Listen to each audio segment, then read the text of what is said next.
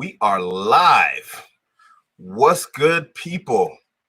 I am here with my man, Jon Fitch. Every time I say that, I got smiling. She's like all goofy.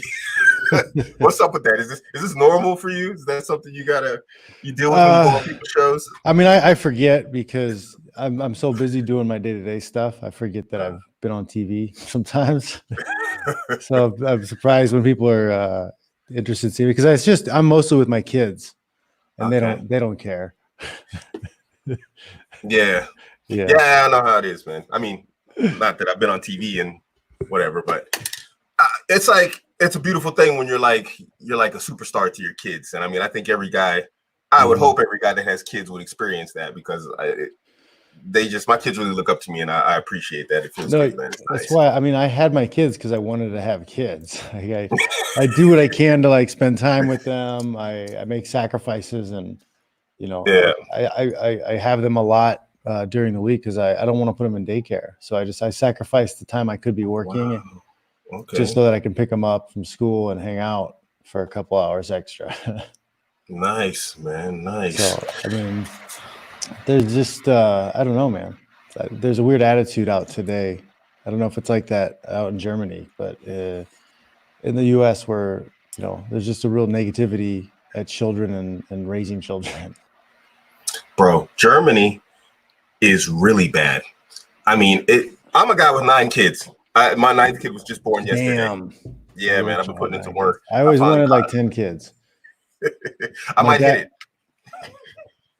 Man, my dad was like one of 7, so I was always like, man, I want to have 10. Yeah, I'm one of 6. I mean, I got 6 siblings, but in Germany, I mean, I'm seen as like what they call asozial, like I'm antisocial. You know what I mean? Because people out here, they maximum have 2 kids. There is an exceptionally hostile, family hostile, child hostile environment here. And so the population figures are showing it too. They're in negative decline. I mean, they can't catch up. I think someone did some sort of math and they said if every woman in Germany right now had like 6 kids for the next 10 years, they'd get back to a baseline where they're at replacement level. Wow. Yeah, it's crazy. Yeah, it's bad, man. Yeah, it's tough. Yeah, it's going to be an interesting future because everybody's not reproducing. No, it's crazy. Yeah. Almost as if by design. What? Yeah, you know what? It's actually, I said this before in the past, it's almost conspiracy level stuff that's taking place right now. Yeah. The way things are going. It feels like 100 years of conspiracies are like coming to the time when they're supposed to come through. Yeah, it's coming to fruition. So what do you think it is? I mean, I noticed you're like sort of like in the manosphere / red pill zone, and that actually shocked and surprised me. Multiple things shocked and surprised me, but we'll get to that. But what's your take on that? Why do you think we're here? I mean, in terms of like population, family, anti-family stance, both on the male and the female side.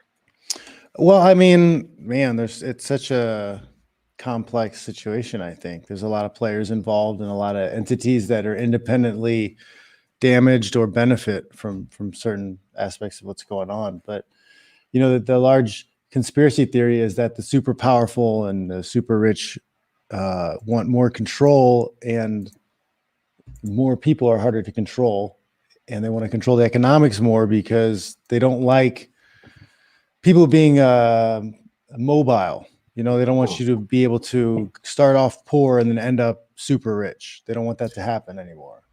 It competes with their wealth and their power, and this classism. It's classism, and because like before America, everything was slavery. Yeah, because like feudalism, you had kings and queens that ruled. They owned the land, they owned all the property. If they wanted to come to your property and take everything, they could. They could kill your children, they could take your wife, they could do whatever they wanted to. It was theirs. Yeah, like that. There has not been freedom for mobility ever in world history until the United States was formed. That's one of the reasons why we're so great.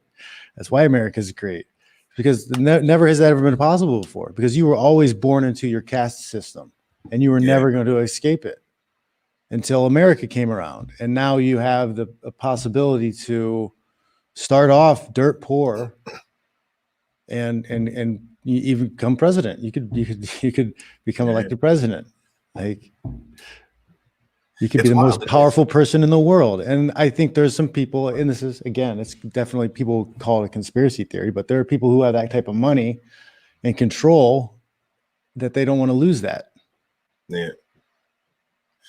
it's really interesting, man, because, you say this about like upward mobility in the United States. And when I'm here in Europe, dude, upward mobility, I mean, other than the UK, okay, the UK is an outlier, oddly.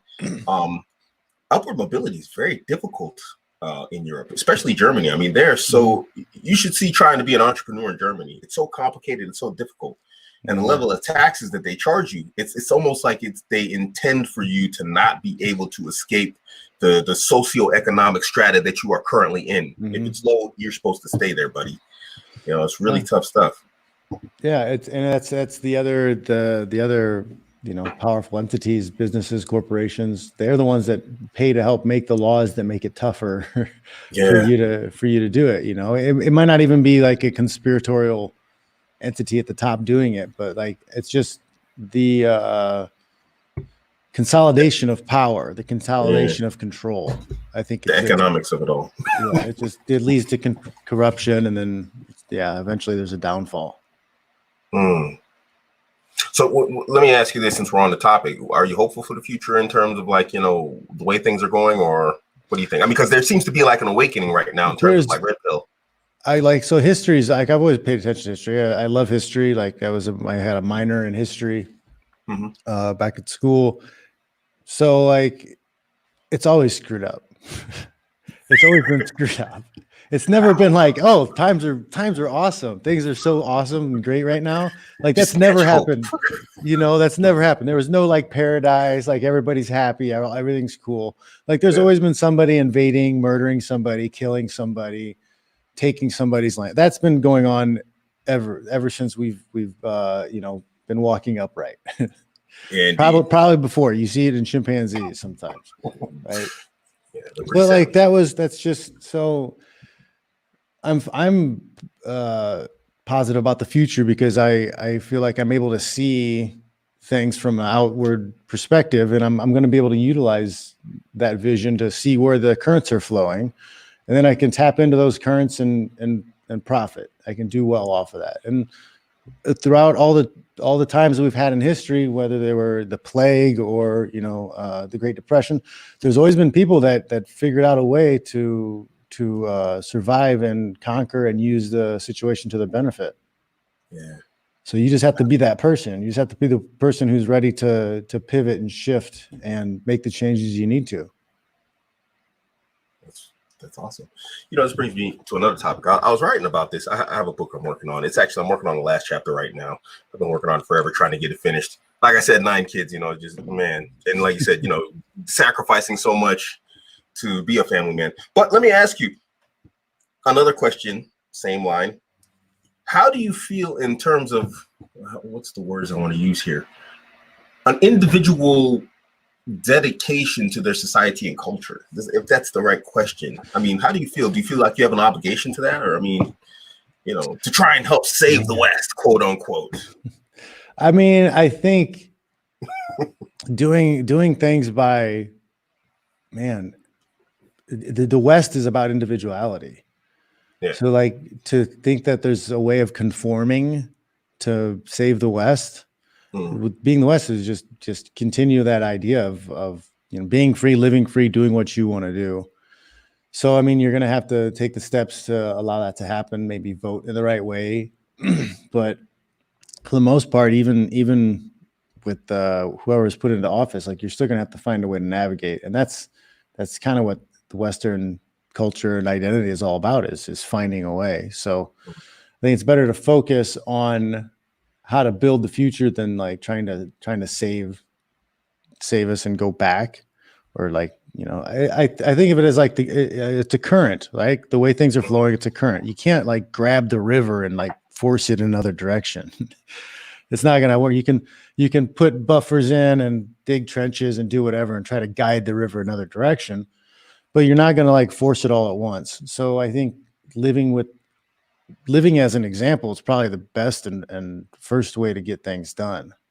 Right? Think about what the people in your community, what you want them to be, how you want them to behave, what kind of families you want them to have, and then live it. And then if you're doing it well, like people are going to notice that and they're going to ask you what you're doing, or it's going to resonate. People see things and they copy things all the time.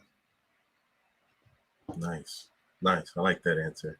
I write about this in my book, and as you know, I mean, coming from a military background, I personally like, you know, you have like a sense of dedication and duty to like your group. You know, I guess you would call it in-group preference. I don't know if you ever read up on r/k selection theory, and this is going to take me into my next question.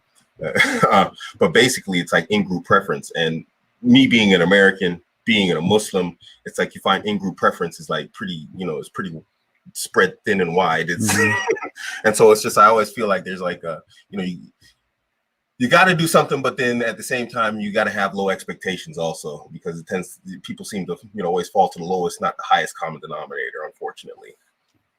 Which brings me to my next question. How did you end up following me on Twitter? I was so shocked when I saw that. I was like, how did Jon Fitch end up following me? I get a lot of interesting people on my timeline. And like, there's not a lot of access to Muslims who speak about Muslim issues. Okay. Right. So like that was something that grabbed me. But the biggest thing that grabbed me was you wrote some stuff about having multiple wives. Yes.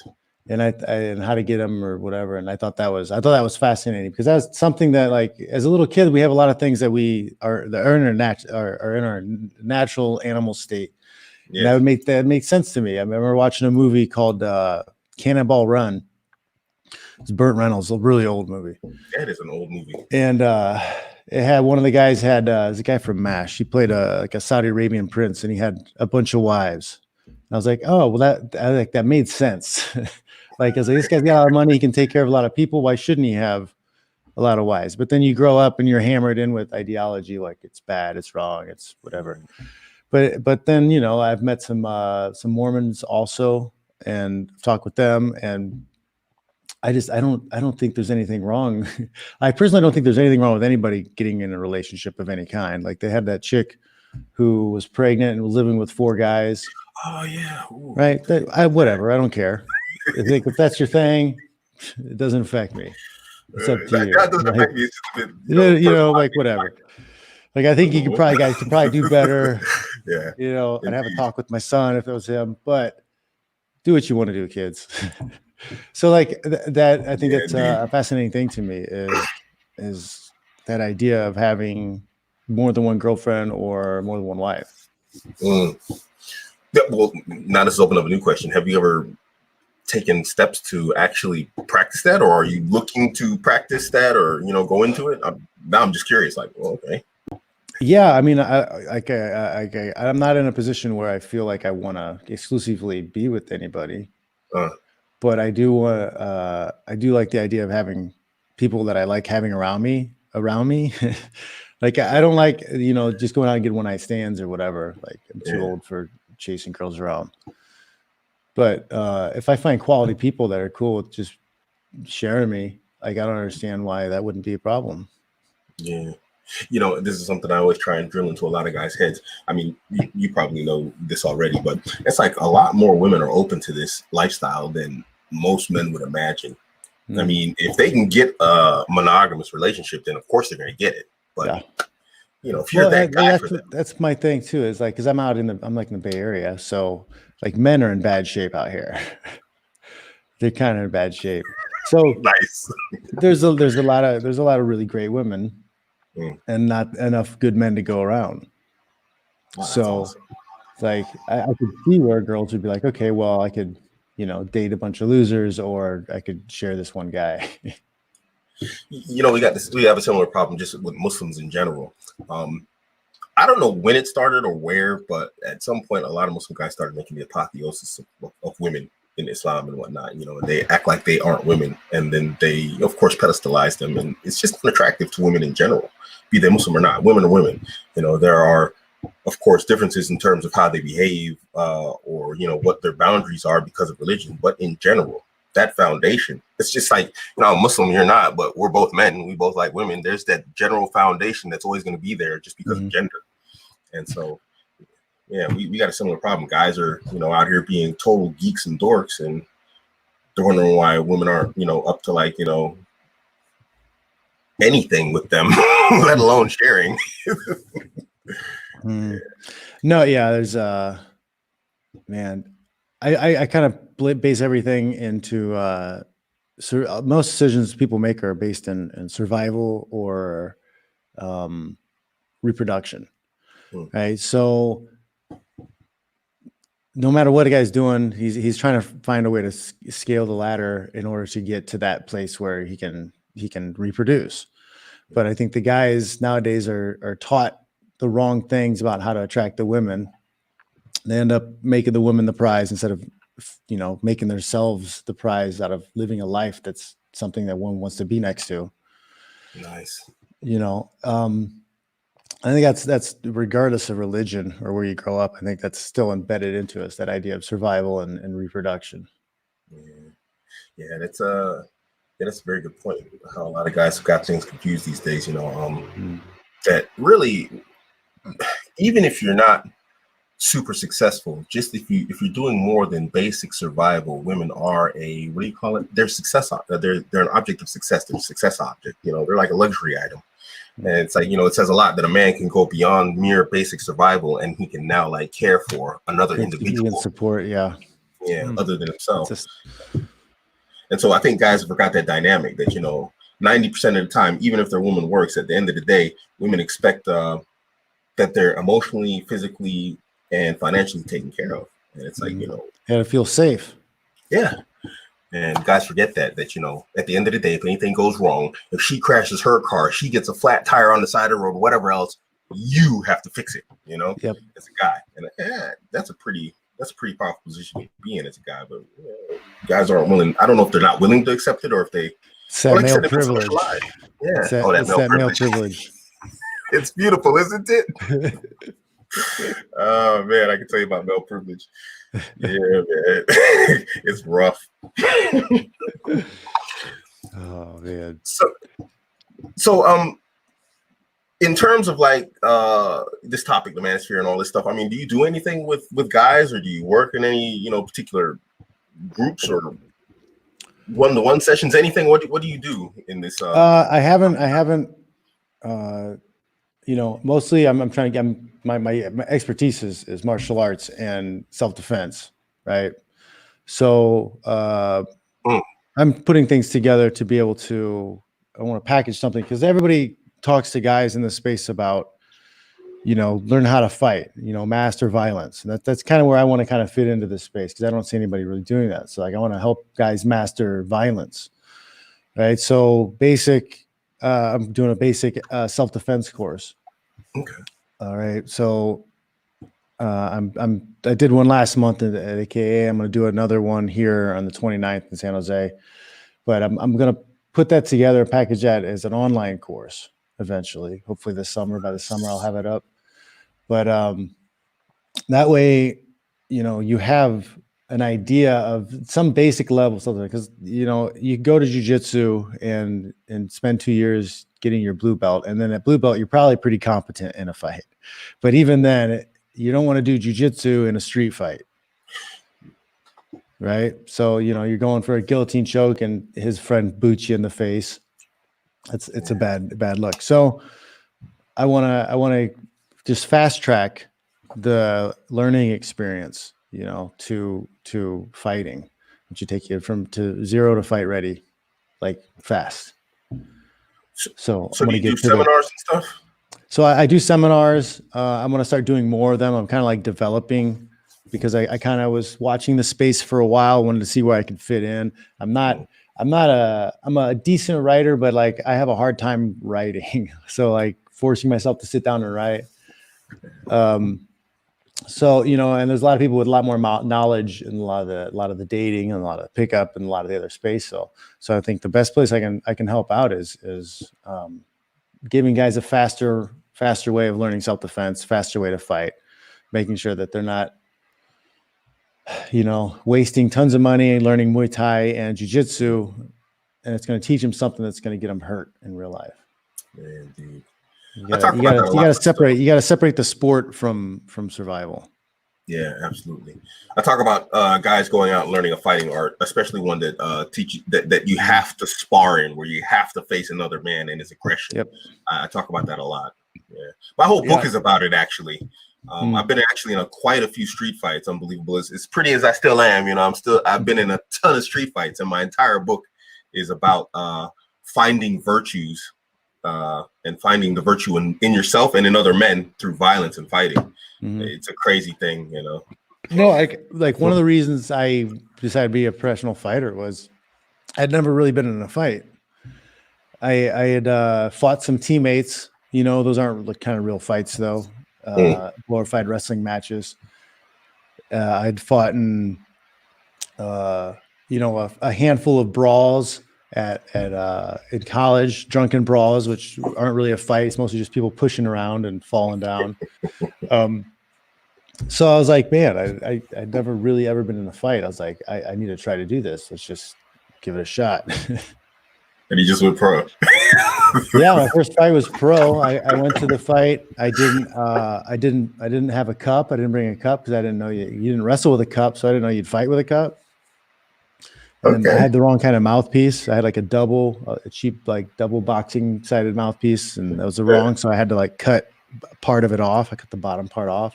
Holy smokes! So that was all like rigid, and that cut my lips up real bad. Yeah, I didn't go out with a corner. I was just by myself. Dude, you just went like straight, like wow. Yeah, it was my first fight. It was in Vegas. Like I went, jumped in right away head first. I lost. Didn't know what I was doing. I didn't even spar. I had not even sparred a single round before the fight. I had like 4 to 6 fights before. I probably had like 6 fights before I ever sparred. Wow. Man. I had like 6 fights. I fought 2 times where I'd fought twice in one night, all before I'd sparred a single round. I'm literally speechless, man. I had maybe before I actually started training, maybe like 30 to 35 street fights, So I'm like, this dude just jumped in there. And when I went to training, dude, I was nervous. I was a nervous wreck going in there, fighting trained fighters. It's not something I turned out to actually be better than I thought. So that's one of the biggest things that I can tell anybody about, like self-defense and learning any of these arts. Like the majority of people are just awful when it comes to athleticism and the ability to fight. Like most people have no idea what they're doing. Yeah. And if you can avoid the I call the universal punch, it's just the overhand. Yeah. If you can avoid or deal with the universal punch, like you'll destroy 90%, 99% of the people out there on the street. Like they don't really know what they're doing. And on top of that, they're usually drunk. Yeah. So their balance is shitty anyways. I think just on the topic of fighting, I think one of the things that's always saved me is cardio. I've always had a half decent cardio, even when I'm not training. It's just you find like after about 4 punches, most guys are just completely gassed out. Yep. Let's say 4 swings. 4 swings. The combination of like adrenaline and then, like you said, drink, and they're just stumbling all over the place. Yep. They get adrenaline burnout. Yeah. Well, crazy. I mean, your average person on an average day, like what output do they have? What energy output do they have? Where do they have to like run? Oh, they walked up the stairs today. Oh, I ran up the stairs really fast.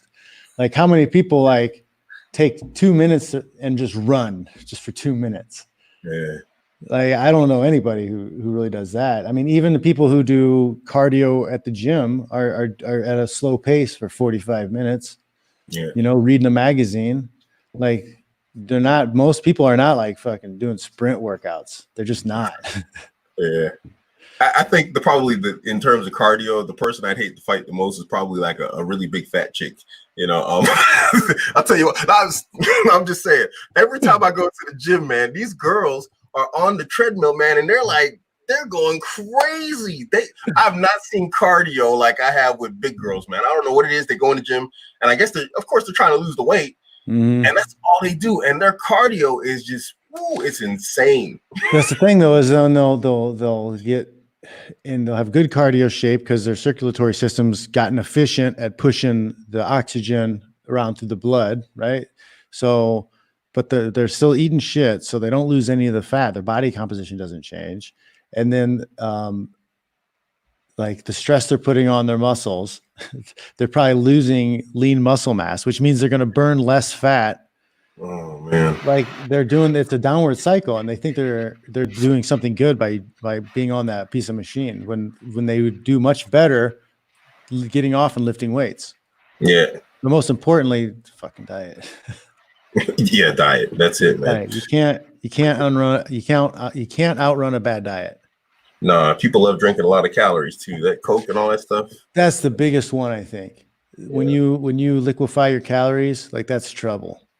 Like you could have freaking 12 to 4,000 calories of a drink easy. Yeah, I noticed that when I actually just since we're on diet, whenever I drink something sugary or something sweet, man, I could drink that stuff all day, and it's like, and you don't get full, but you keep taking on the calories. Yep. And then, of course, I don't know what it is. I think it has something to do because your body's trying to shed all the sugar, and so you just end up peeing a whole lot, and then drinking more, and then peeing a whole lot. You're dehydrated. Stacking those calories like mad. Mm-hmm. Yeah, they scare me, man. Them big girls scare me, man. They get on them cardio machines. I'm just like, I come in for I'll do like a half hour on, a circuit. I come back around. She's still on there like full speed. I'm like, yo, I'd never fight that chick. She'll wear me down. Just yeah, man. Yeah. So one thing I never do is I never plan these. I don't have a list of questions or whatever else. I just shoot from the hip. So Jon, you have in terms of self-defense, if someone wanted to do like a seminar with you, like say I got some guys in the UK, I always train with, and I got some guys over here in Germany I train with. Would I be able to get you over? Is that something you do? Yeah. Just get my travel covered, and as long as I hit certain costs, we can do that. I can travel. I've done seminars in Vietnam, and I did in that was a long time ago, but then I also did a seminar in Thailand. So I've been out there a couple of times, then done some seminars in Japan over the years, but I've done seminars and been teaching for forever. I'm just trying to focus a little bit more on it. Okay. Nice. Yeah. I've heard of combat sports in Thailand, obviously, but what are they doing out there? I was up there because my ex had families. This was 11 years ago, 12. Well, actually, it was more than it was 13 years ago. Oh, wow. It's a long time ago. But no, there was one gym in the whole Saigon. So we went, and there's a few people there. So, why not make a little money while we were there? Yeah. Nice. I'm sorry. How old are you, man? You're talking about 13 years ago. So you look like a young dude. Almost. When the girls ask me, I say almost 100. Almost 100. Almost 100. I'll be 42 this month. Oh man, you got them good genes, man. Okay, you got them good genetics. Eat right and lift weights. Okay, nice. We always say black don't crack. Jon out here trying. Well, I'll get in trouble for this, but I'm 0.3% North African. Okay, well there you go. So does that count? Yeah, I was told I'm not allowed to bring that up, but so the Arabs, they're actually, they don't age too bad either. So coming back to talking about fighting, whatever else, you talked about jiu-jitsu. You do jiu-jitsu? Have you done jiu-jitsu? What belt did you reach? I got my black belt in 2008. Nice. Under what school? What branch? Dave Camarillo, who got his black belt from Ralph Gracie. Wow. But then it was 2011 or so. Leandro Vieira from Vieira Brothers, the guys who founded Checkmat. He came to AKA and became our instructor, and he changed. After working with him, I changed a lot of my game up because some of the stuff he was showing, some of the control stuff from top was just phenomenal. So utilizing control the hips more. Yeah. I like a lot of the smash stuff that we do at AKA now. And then sometime in there, Khabib showed up, and Khabib is just a monster on top. He's just a crazy monster on top. He's Like he's 0.2 of whatever 0.20 of what I was. Like I was a pretty good on top, and he's just a nightmare on top. So I had to like rethink and come up with a lot of different strategies to deal with him and that level of pressure. Yeah. So I came up with my my AMOS a series, which is achieving and maintaining operational status. It's just get up and stay up. Okay. So I came up with a bunch of stuff to, most efficiently get back to your feet after somebody like Khabib is taking you down. Nice. But yeah, so I've worked with a lot of great people. I did some 2011. I did a Modern Army Combatives program. I got my MACP certification. Ooh. So we went through that. I went through that with like Dave Camarillo. He had set that up. We learned it so that we could fix it because it was kind of terrible. Okay. Because this is like what at the time, this is what they're teaching their soldiers. But like, basic boot camp is like their first grappling like stuff. There was one thing where they're like trying to pass guard, and the guy puts one arm in to throw the leg over, and this is what they're teaching him. It's like it's put you in a triangle position. Yeah, I was like, what the heck? But like their opinion is that, well, the guys they're doing this to don't know jiu-jitsu. So we're like, okay, whatever. And then there was another one where it was, what the guy kind of shot in on you, whatever. Their head came down. They were guillotining and pulling guard. And I was like, why would you teach a soldier who's got like a pack and gear and combat boots to pull guard and choke a guy? Yeah. Doesn't he probably have, friends around him? Shouldn't he probably snap him down like wrestling, maybe create some space and shoot him? Yeah. Yeah. So that was a great experience too, getting to do that stuff. And then I got to do a lot of cool shooting stuff because of it. And I did because where we were, we got to do like a tactical driving course. Oh, that sounds like fun. That was really fun. We got to like pit, the car where you like make it spin out. That was awesome. Yeah. Oh man. Yeah. We had to drive through these parked cars in an a setup ambush. So they'd come out and start shooting paintballs and fireworks stuff at us. Awesome, man. Yeah, it was pretty awesome. That's pretty cool. I mean, I came up around the military, so shooting and all that type of stuff is was pretty standard material. But no sort of driving stuff. Yeah, I got a brown belt in jiu-jitsu under the Machados, But right now, when I'm in London, I train with Team Checkmat there, London Fight Zone. Okay, so it's Checkmat. Checkmat. Yeah. And then when I'm here in Germany, I train with Carlson Gracie School. Carlson Gracie actually stops through quite frequently. That's so it's like yes. Yeah, but what you were talking about, like fighting with jiu-jitsu on the street, that's and like jiu-jitsu now to what jiu-jitsu was 20 years ago it's different. When jiu-jitsu first started coming out, it was used for like fighting, for street fighting, so all the techniques were heavily based on at least one-on-one fighting combat type stuff. Whereas when it started getting more popular, it became more sport oriented. And now it's its own animal. Guys don't even, take shots. They just pull guard immediately. Yeah. So it's purely sport now. It's still amazing sport. It's still a lot of fun. It's still, there's still athletes, still cool. I'm not going to knock it on that, but like, if you go into jiu-jitsu, master it and think that you're going to, be great on the street and do the same things, it's not going to work. Yeah. Have you ever tried anything like Sambo?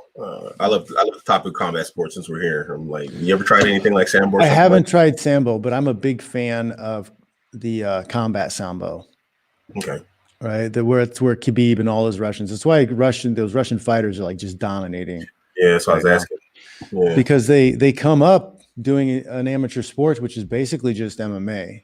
Like they're on an open wrestling mat. They have their gi top on. They're in shorts, shin pads. They got their small gloves and headgear on, and they're fighting. It's a fight, submissions, throws. It's more point based. It's an amateur version of it. But then they're ready to go pro, and they just take off the gear and they're ready. Like there's no like transition. There's no figure this out. They already have it. So like Khabib probably had over 100 of those Sambo fights before he ever went pro. That's a lot of experience. It's a shitload of experience. Like a bucket load, man. That's more than some people's careers. Yeah. So you've got, man, it's from that to what we have here, where guys are like just wrestling or just boxing or just doing Muay Thai or just doing jiu-jitsu, and then like, oh, maybe I'll fight, and then they start cross training in something else.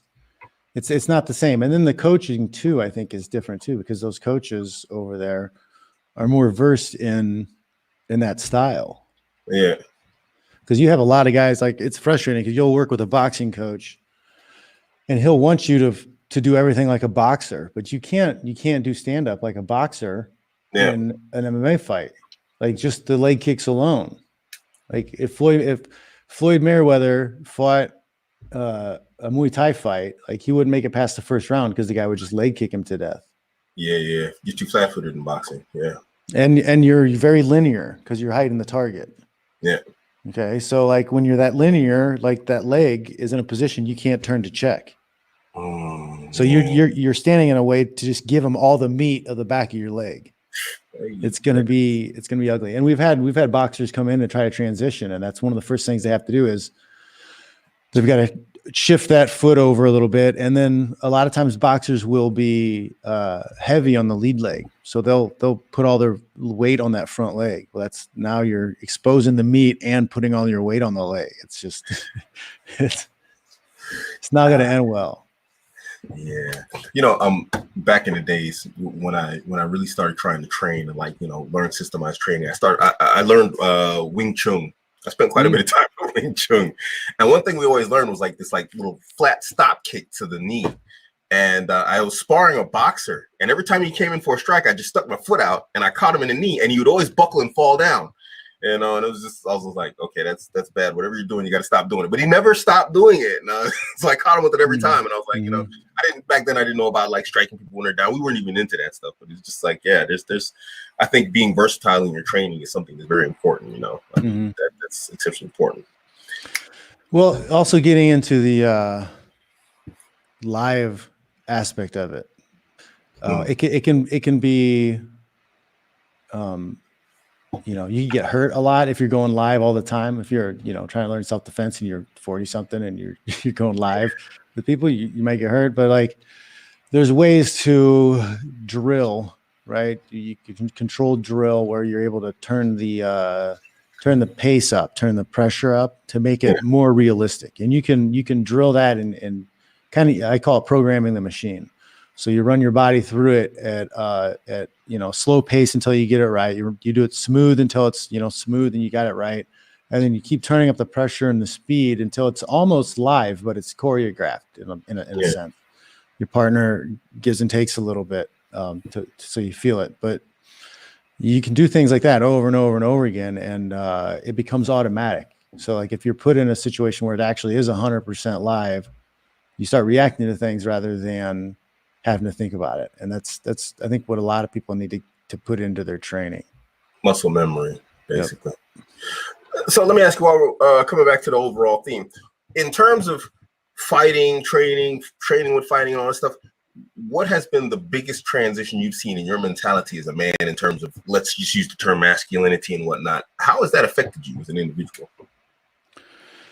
You mean how has things changed, or how is? Yeah, I mean, I have to say, going back over what I've written in my book, I can see clear transitions from moment to moment. The more I fought and the more intense fights I've gotten into, my mentality in general as a man has transitioned. It's altered.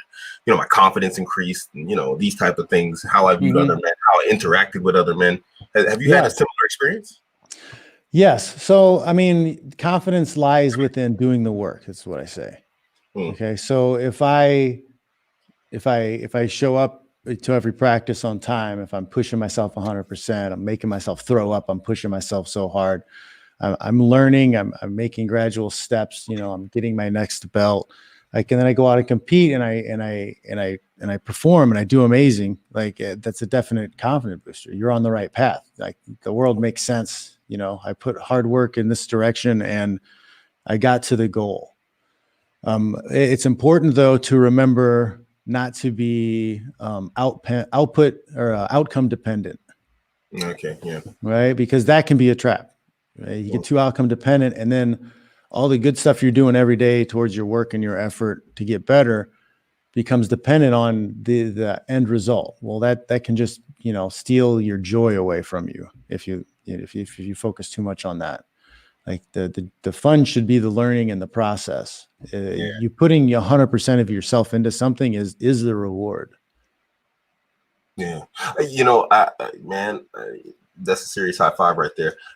I think this is why I got really good at jiu-jitsu. I got my brown belt in like 3.5, 4 years. And one thing I never did was I never thought about the next belt. I just wanted to be good. And so every time I went into the class, that was my entire focus. It wasn't like, when am I getting my blue belt? What I got to learn to get my blue belt? What do I got to do? I just wanted to be good because I didn't want to be that sucky blue belt. Because you always got that sucky purple belt, that sucky brown belt. He just rushed and he learned everything. And then the coach was like, all right, he knows everything. And he gave him the belt. And he's getting smashed by the blue belt, or he's getting smashed by the purple belt, who's actually just focusing on being good. And so absolutely, outcome independence or lack of it is something I have to say, man, it's it's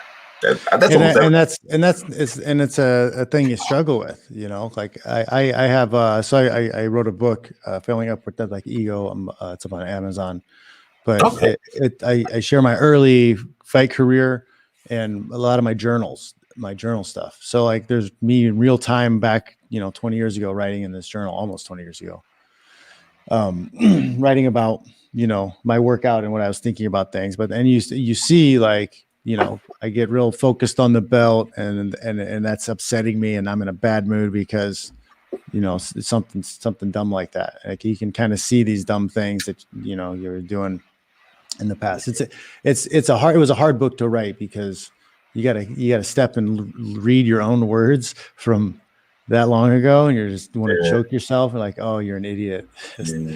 But there's a lot of that type of stuff in there, and it's important to catch yourself sometimes, because like you forget, you see that shiny thing that you want, and it's hard to be like, hey man, like remember, like it's really not that important. Have fun with what you're doing. Smile. Yeah. Or make sure you earned it. That's that or that. Yeah, bro. I think I do one-to-one sessions with guys, and I do private videos for guys and whatnot, and that tends to be the biggest thing. A lot of guys are so outcome independent that they lose sight of everything else. Yeah. And once they got it, whatever they want. Because I've helped guys. I'll give you an example. I helped a guy get married to a woman, beautiful girl. I mean, absolutely. He's got another beautiful girl. He actually got married and divorced, and I helped him get married to another beautiful girl. And he was struggling for a while because he was so outcome independent. And so everything, all the subsidiary information and details that it takes to actually maintain and be with like a high level girl, he was kind of lacking, because he was just like, get to the prize. And again, like your purple belt getting smashed by a blue belt. It's so yeah. Just be good, and enjoy it. Yeah. Always be working to improve and enjoy the process. Yeah. Absolutely. It's easy to get swept away though. Yeah. Especially, Like that. I mean, that's kind of how I got caught up in this space is marriage, job troubles, kids. Like, yeah, it's easy to be overwhelmed by life. Yeah, no, dude, I can tell you entire stories. Dude, you don't get me started. We'll be here until like 1 a.m. my time. That's basically what brought me here too. When just a quick story, real quick. I did everything according, quote unquote, correct. In terms of what a man is supposed to do. And I had multiple wives. I had 3 wives. I had a German, a Somali, and a Kenyan.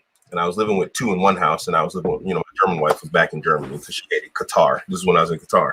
And I did everything right, and it still fell apart around my neck. And I just couldn't figure out why. I was like, I did it right. I was mad. I was like, I did it right. What's wrong with me? And I went on, I went on the internet. I was like, I literally typed in like, I did everything right in a relationship. What happened? And I came across the manosphere.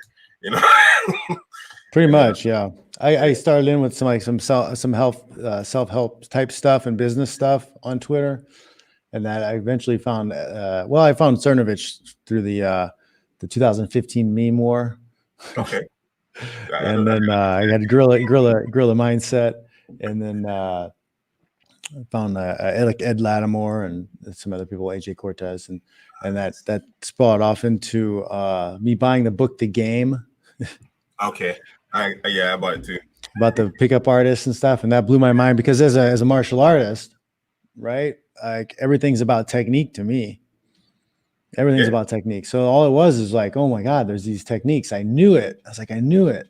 It's like the stuff I knew when I was a teenager and in my, early 20s, but then had kind of conditioned out of me.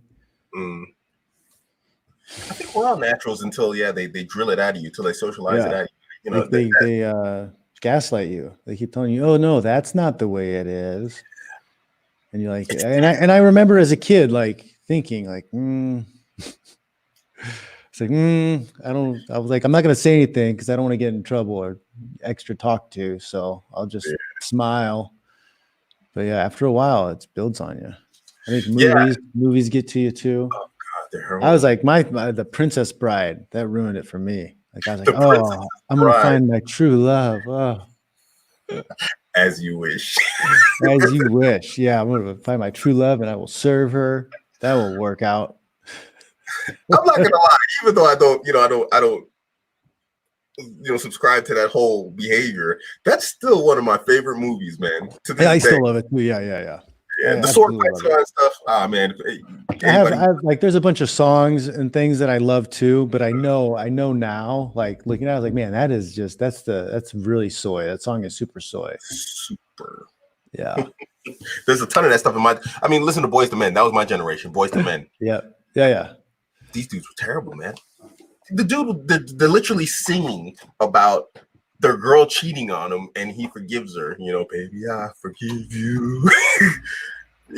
I'm like, back then I didn't even think about this stuff, man. Now I'm like, what the hell is this dude talking about? It's everything is supposed to be looked through, or has been in the last 20 years or so. It's been looked through, or 30 years. Has been looked through the female lens, like. It's got to be looking through the feminine lens in order to tell if it's good or not. Right. So we're all being forced to look through that lens. Is this good or not? So it's not beneficial to like masculine people. It's not beneficial to men. Like forgiving your girl for cheating on you and going back to her and staying with her, that doesn't benefit you as a man at all. No. It benefits her. Her shelf life is much shorter than yours. You have. She doesn't even appreciate it. Yeah. So like, move on next. Yeah. So another girl turns 18 every day. Yeah. That's the funny thing about it too. They tell you you're supposed to behave like this and you're supposed to accept this stuff and you're supposed to forgive it. And then the guys that do it, they don't, the women, like I said, they don't even appreciate it. They're like, ugh, this just guy. No, like I was told, this is just what you're supposed to do. This is just what you're supposed to do. It wasn't like, that's She's just looking at insanity. you like this chump. Look at him. He can't stand up, and then she hates you even more. And it's like a self-fulfilling prophecy of misery for a man doing that. And it's just, oh gosh, it's terrible. It's terrible. It's malicious. That's probably why I'm so hostile to these people on Twitter. When I see that stuff, I consider it malicious. It's bad. I do. I think I believe that's abusive. Like I see on like the dating apps, they have it all the time. There's like girls who are in open relationships, or they have a partner, but they're in a whatever. What do you call it? A non-monogamous. Yeah. Ethical non-monogamous or whatever. And like there's people around, and it's just like, okay, so you got this guy who has a job and makes money, and he provides for you, but you don't want to fuck him. That's what it is. What a position. And I'm just like, to me, that's abusive, because the guy has been brainwashed into thinking that that's the only girl he can get, and the only way he's going to get sex at all is with this girl sometimes, and he's being dutiful in order to trade being dutiful for sex every once in a while. What a way to live, man. Jeez. Yeah. I have to admit, of all my problems, that hasn't been one, but geez, it's always a shocker to hear when guys are living like that, and then it's like, I have a video talking about that. VJJ stays on deck, because I had a guy, he was a one-to-one session, and he's dealing with that, and he told his wife that he was talking to me, and I told him he shouldn't do that, but it ended up working out anyway, so fine. But I made a video for her, and I said VJJ stays on deck. I'm like, that's the status quo. You don't get off of that. And as Muslims, we have very traditional systems and ways of life. just for quick explanation, I don't know if you know anything about Islam, but basically the woman doesn't have to work. She doesn't have to do anything. All her only obligation is to be sexually prepared for her husband. She doesn't have to technically, they call it in Arabic urf, like it's tradition, some difference of opinions if she has to clean the house or not, you know, that the guy should hire a maid or whatnot. These are all debates.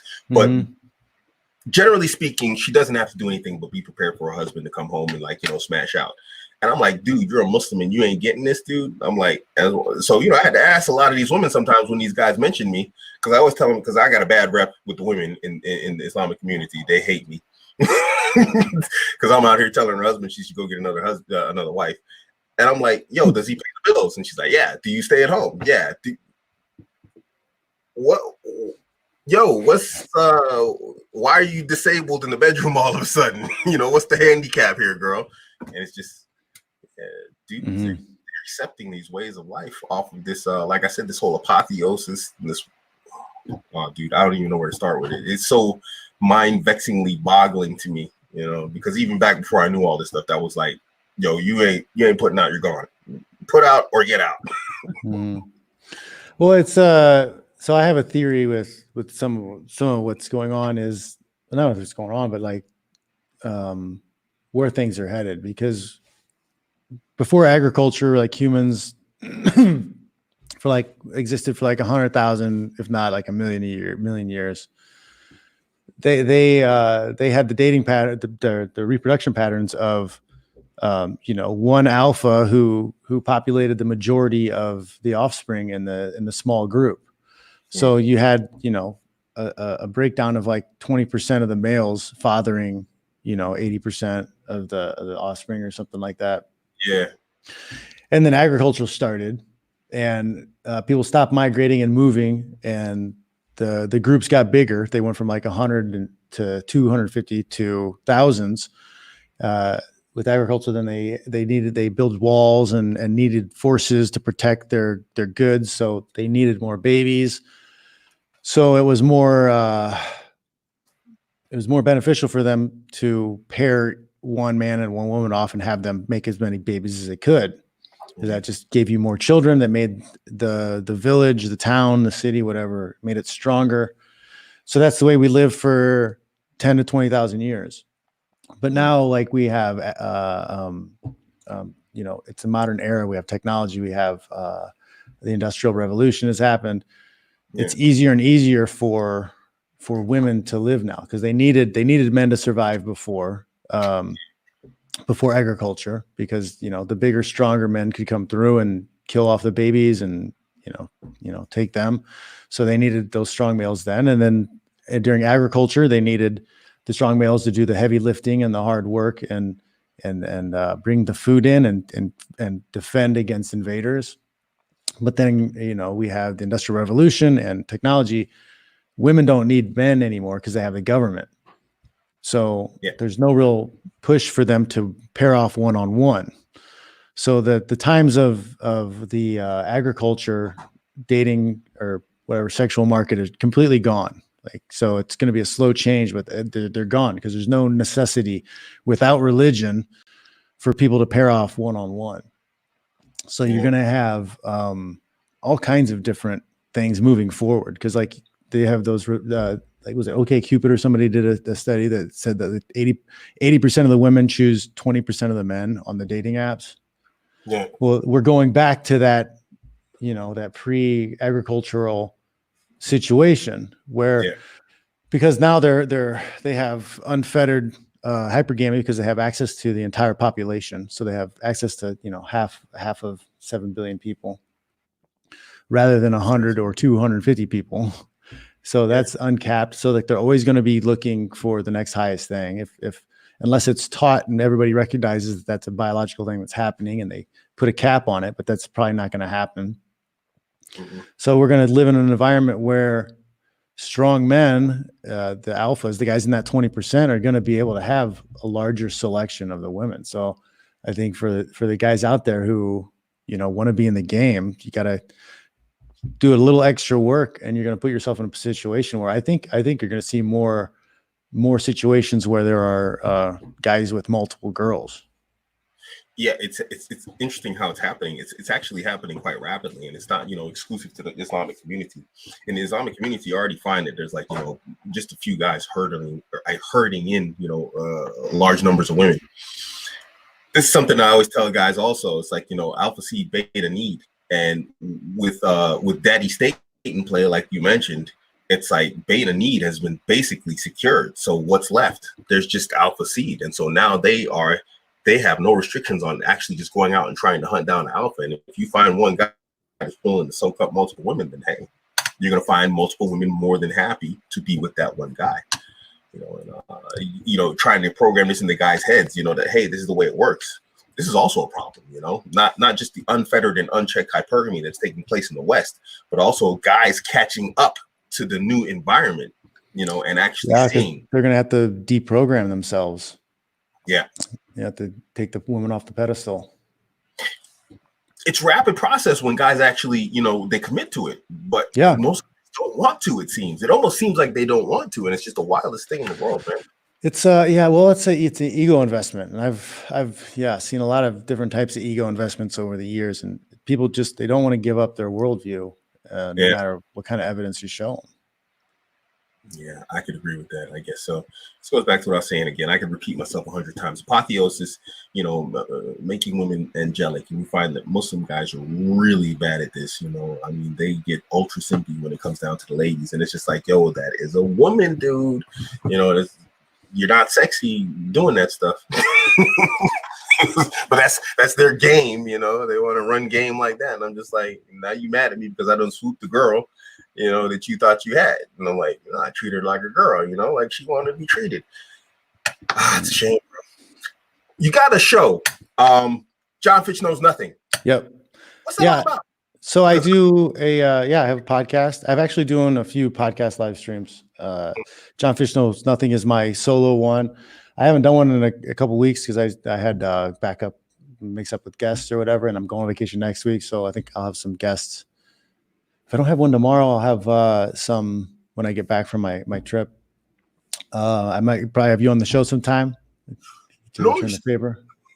And then you might have to listen to me sing though. Do you sing? I'm not good, but I have a ukulele and I'll sing. I'll usually sing an intro, just to embarrass myself. You don't want me to sing, do you? Because I'm really bad. You see the baritone voice, you know. Maybe. I don't know. I used to rap back before I was Muslim. Maybe I could drop a couple of bars, you know. There's this guy on Instagram. You gotta check out Einer Banks, I think. EINER Banks. He plays ukulele, and these rappers rap over his ukulele. It's amazing. Einer Banks. I'm gonna check that out. It's pretty wild. You're gonna get stuck in that rabbit hole. But yeah, I have that one, and it's just me, you know, talking to people, asking questions because I'm curious and I want to learn more about stuff. So I have that, and then I have Fitch and Tinkle Smash Everything. That's my friend Chris Tinkle is a comedian. We have that podcast up, and we've done one live show at a comedy place. We're gonna try to do some more live shows, live tapings. I have Mixed Martial Mindset with Jason Burmis. We do that on Mondays at 3 California time, and we talk about MMA and other topical things that are going on. And then I have a podcast or a live stream with Corey Capella, God Amongst Men on YouTube, and we talk manosphere stuff. Yeah, Corey's an ex Marine, I believe. I know Corey well. Yeah. He was on here just before you. He was my last guest. Mm-hmm. Oh, okay, yeah, no, like we have a good back and forth because we don't agree on everything the same. Yeah, he puts a little bit too much of a focus on getting people to do things different, like getting women to. We've got to get women to do this. Yeah, you're not going to get women to do anything. No. You gotta do you and make yourself a magnet, and the women will come to you. Yeah. Okay, I've never heard his views on this actually, because I'm with him on Dude Party every Saturday. Live John, we're together every Saturday on the show. So you know, we tend to agree on most stuff, but I've never actually heard his views on like women and getting them to change whatever else. You know, it's interesting. Okay. Well, we bounce a lot of ideas off each other, so Okay. it's a good conversation. Nice. I got a question for you here. Hmm. John, quick question. I've been dealing with lower back pain for 18 months. I don't have any disc or hernia. I don't have any disc or hernia. Dude, if you don't have any discs, you got some serious problems. I guess you mean what is it called? Herniated discs. Well, Yeah, I guess, he's probably saying he doesn't have any health issues with it. It's just okay. Yeah. I'm lower only back pain. want to start grappling. I mean, obviously talk to a good sports therapist, but like that a lot of times it's because you don't have good stabilizing muscles. A good core. Like I watched this on Instagram also. This Squat University is a really good one. He always breaks down people's lifts and he shows like where there's weaknesses, like their knees going in or their hips sway, whatever. And he talks about, there's stability issues there. And he'll come up with exercises that you can do to help build up the stability. A lot of times that's what it is. Your back probably is in pain because it's overstrained, it's overworked. That could be because your posture is shitty. It could be because you're sitting in your chair wrong. Maybe you're commuting and driving along and your back is stressed. And it could also be because you have a weak core or weak stabilizing muscles. And when you do things and work out, you're straining whatever it is that's hurting because the other muscles are weak or non-existent. And you need to fix that.